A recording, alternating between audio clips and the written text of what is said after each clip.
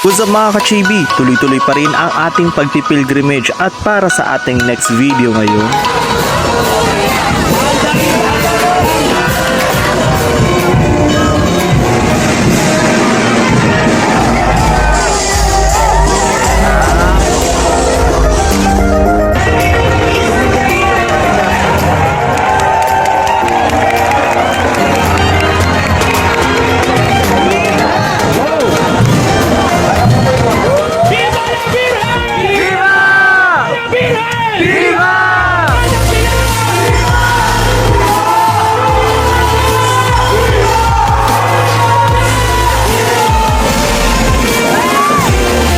Halina at samahan ninyo ako at welcome to the Pilgrim's Vlog. What's up mga ka-chibi? Ako nga pala yung Kuya Chibi, Kuya Raffin. Welcome sa the Pilgrim's Vlog.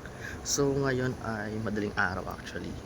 Nagpe-prepare tayo at actually papunta tayo sa Minor Basilica of Our Lady of Manaoag. Ayun, kasama ko yung nanay ko, ang bagal maglakad. Kasi yun yung request niyang puntahan. At ito ang ating first vlog of the year. Ang pagpunta natin sa Our Lady of Manaoag. So, magko-commute kami ng bus at ngayon magbubuk naman ako ng sasakyan. So, let's go. To say, aalis kami ng saktong pistang bayan. Kung kailan binalik yung pistang bayan, saka kami hindi makadalo. Bawi ako next year. Pero kasi ngayon, pupunta kami ng Our Lady of Manaoag. So, ayan. Need ko lang mag-withdraw. Tagal lang nanay ko.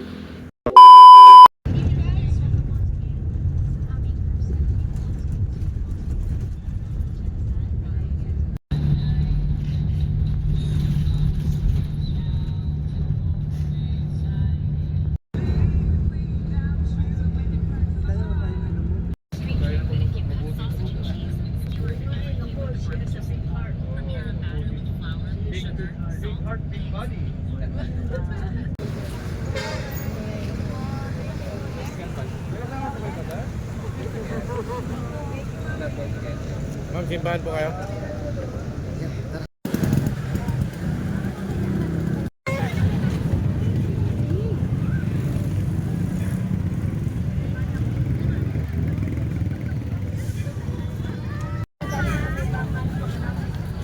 So ito na guys, nandito na tayo sa Manaoag. So what's up mga ka-chibi, nandito na tayo sa Manaoag. Kaya kasama ko si tita, na anak ko, at yung birthday celebrant, si mama, kaway.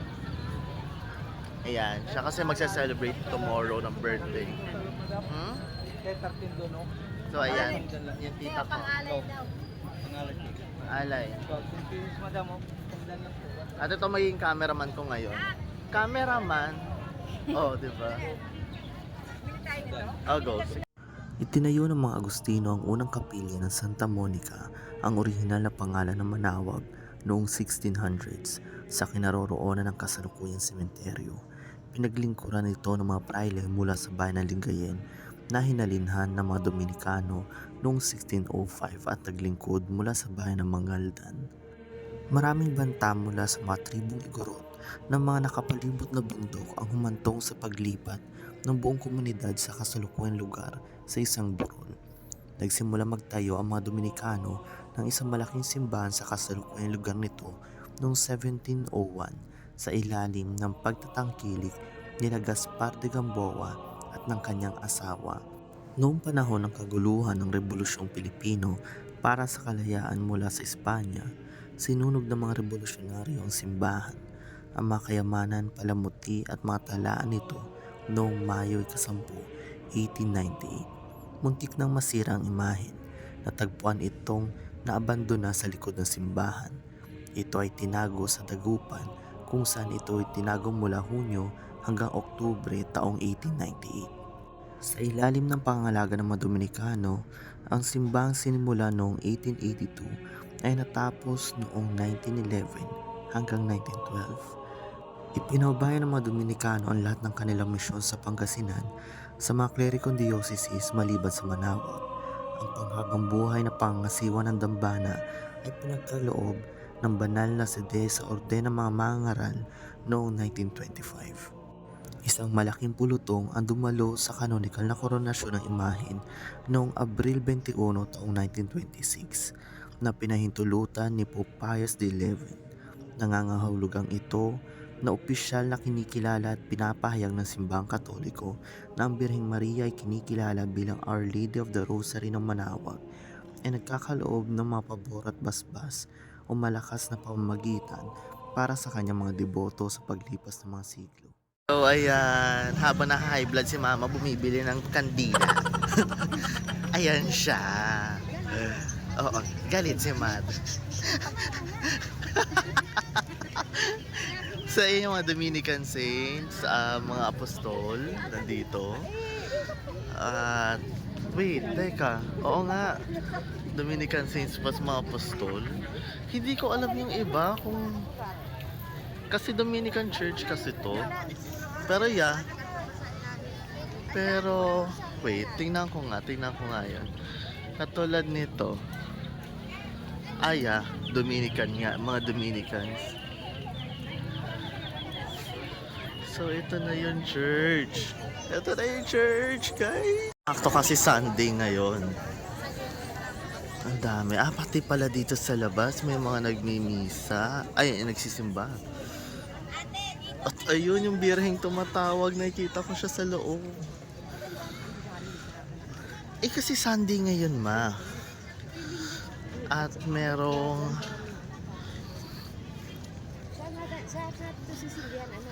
Mamaya na after ng tingin ko doon yun eh.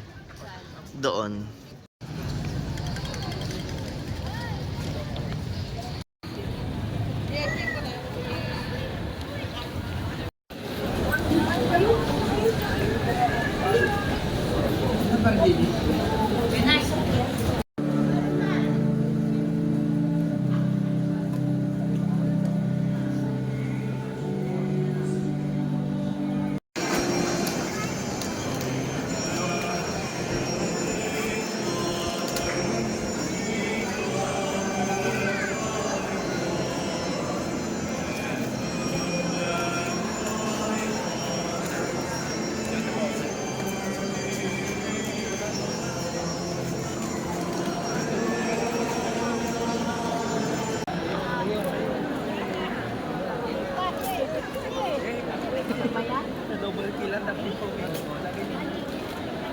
Yun o, ang Our Lady, napakalapit siya pero oh my god, siya po bakit? First time. It's our first time. Wait, picture with the chibi. Okay. 1, 2, 3. So, under renovation ata to. At dito kami lumabas sa may exit. Pero may part dito guys, luma na pala siya. Look. So tara, dito tayo. Ito yung exit. Yung pinakamalapit. Ito, oh my god. Sobrang lapit. Sila mama tawagin mo. Oh my god, dito napakalapit niya. Isusum ko. Ang ganda ni Mother. At si St. Francis nandito. Thank you Lord, nakapunta ako. Mas malapit. Meron pala mas malapit. And ayun si St. Joseph. Hi Mother, nakapunta na ako sa Birheng tumatawag. Ang ganda niya. Dito pala sa likod, ito yung pahalik. Sa Besamahan to, pakahaba. Pero aside from that, meron kasi mga nagsisimba dito sa likod yung hindi kaya ma-accommodate sa loob. At maghanap tayo ng terika ng kandila. Kasi dala-dala ni mama yung binili namin kandila. Ay parang parang sa Antipolo. Tingnan mo ito na, ayun o. May rin. Yung Rosary Garden nila. Pagbaba mo dito, yung Rosario, yung mga misteryo ng Rosario dyan yan, ante. Ayan. Ayan. Marami, malawak-lawak to. Tapos, ayun yung sa may kandilaan. Ayun yung labasa naman ng pahalik.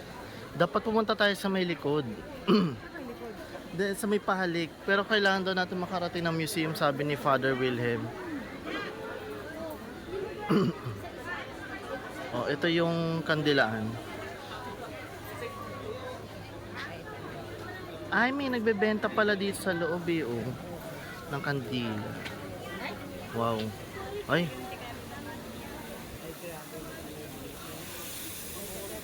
Ayun yung iconic na ano. Ayun yung iconic yung sa loob.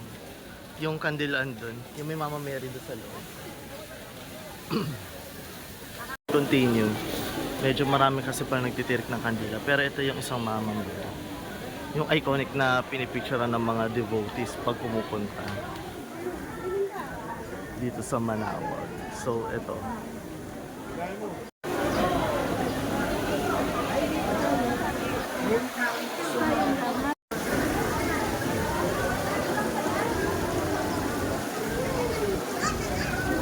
You have heard that it was said to your ancestors, "You shall not kill. Whoever kills will be liable to judgment." But I say to you, whoever is angry with his brother will be liable to judgment. If therefore that your brother has anything against you, Pupunta kami doon. leave your gift there at the altar. Na guys, malapit na tayo sa may Besamanto.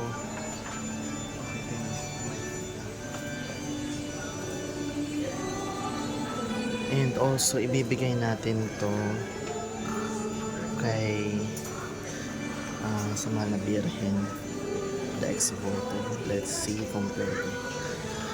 Ayun pala.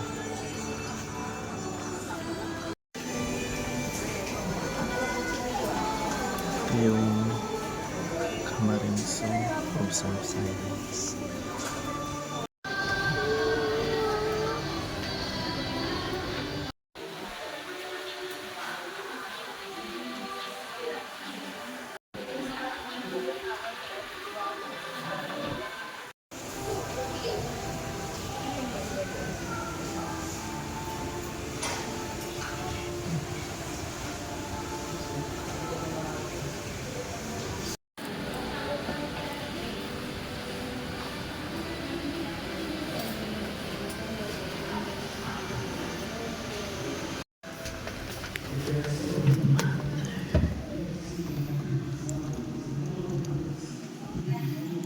Thank you po.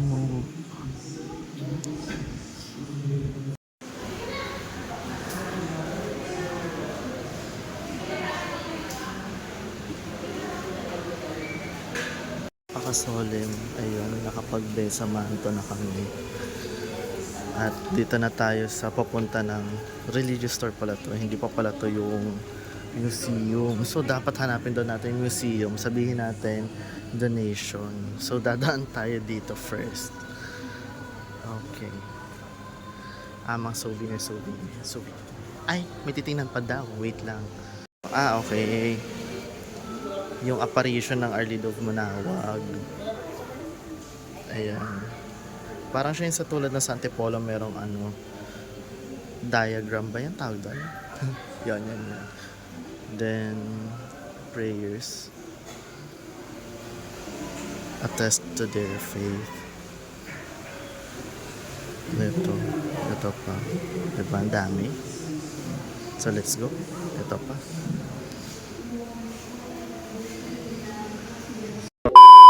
Ito souvenir shop. Meron kaya rin silang chibi-chibi na ganito. Ay, meron. Saglit. May chibi rin sila. Iba. Ay, gusto ko to yung St. Anthony, ma. Andali lang. St. Anthony, di ba nawala yung San Antonio ko? Nawala? Oo, nawala nga, di ba yun yung nahulog? O, bibila ako dito. Sign na to ni Lord. Ay, teka, magkano?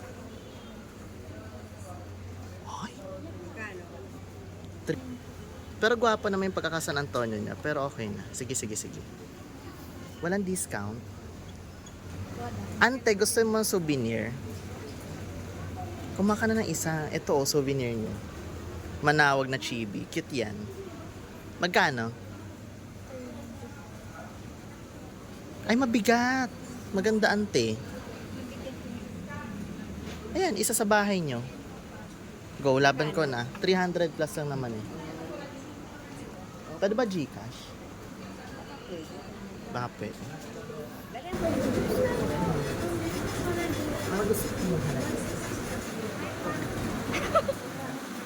Ganda no kaya? Mabigat. Ito Yan. hindi. Ay, ito. Ito mabigat. Ito, very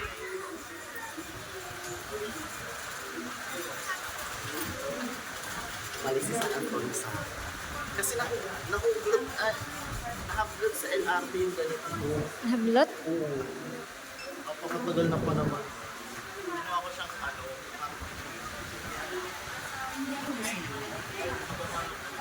abang mo yun.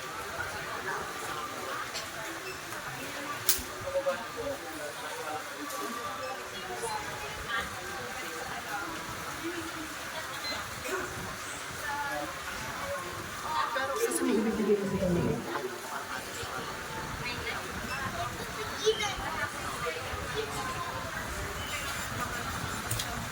Mahiwalay na lang ng plastic.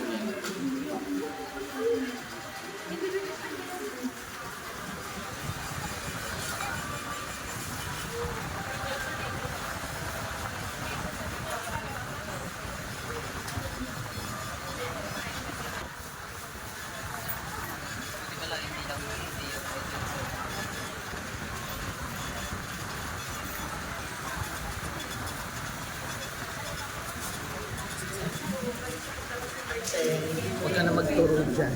Sikat ulit sa inyo. Sila na ako. Ama, dito lang daw pala sa ibaba nito yung museum. Kaso baka daw mag-video. Yun din.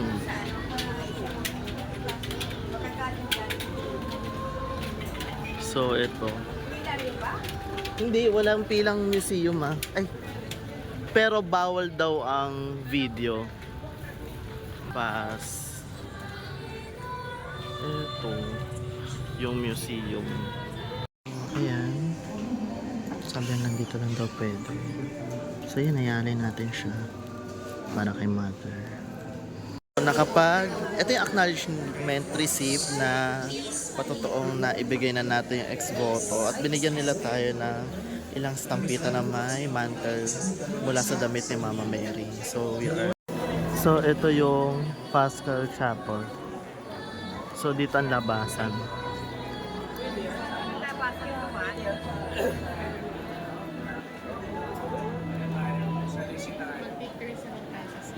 Ayun. Gilid na tayo ng simbahan. So hahanap na daw tayo ng makakain. Ayan yung chapel. Yan si St. Anthony nandun. Ito naman yung kanilang prayer room.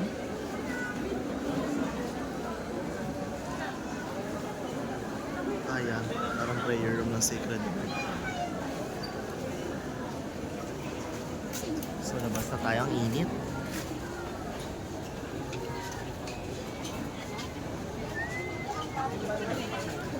Nakalabas na tayo. Ay. Ayan. Ayan, Jollibee.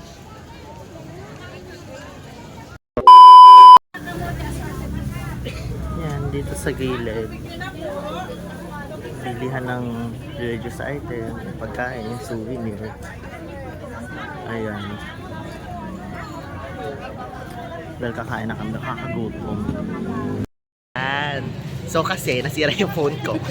Magko-closing lang ako. Ayun. Tapos na, hindi kami nakapunta ng Rosary Garden kasi nga, pagod na yung dalawang matanda. Pero at least na-enjoy namin. Ayan, kasama yung anak ko. Aking photographer ang tagapayo. Ayan, hanggang dito sa Manawa. Kita-kits mga kachigi. Kumaway ka naman. Kumaway ka. Ay, paano ka kakaway? Oo nga pa. Ayan, minumura na kami para mag matanda. Ayan, kasi pauwi na kami. Okay, bye-bye.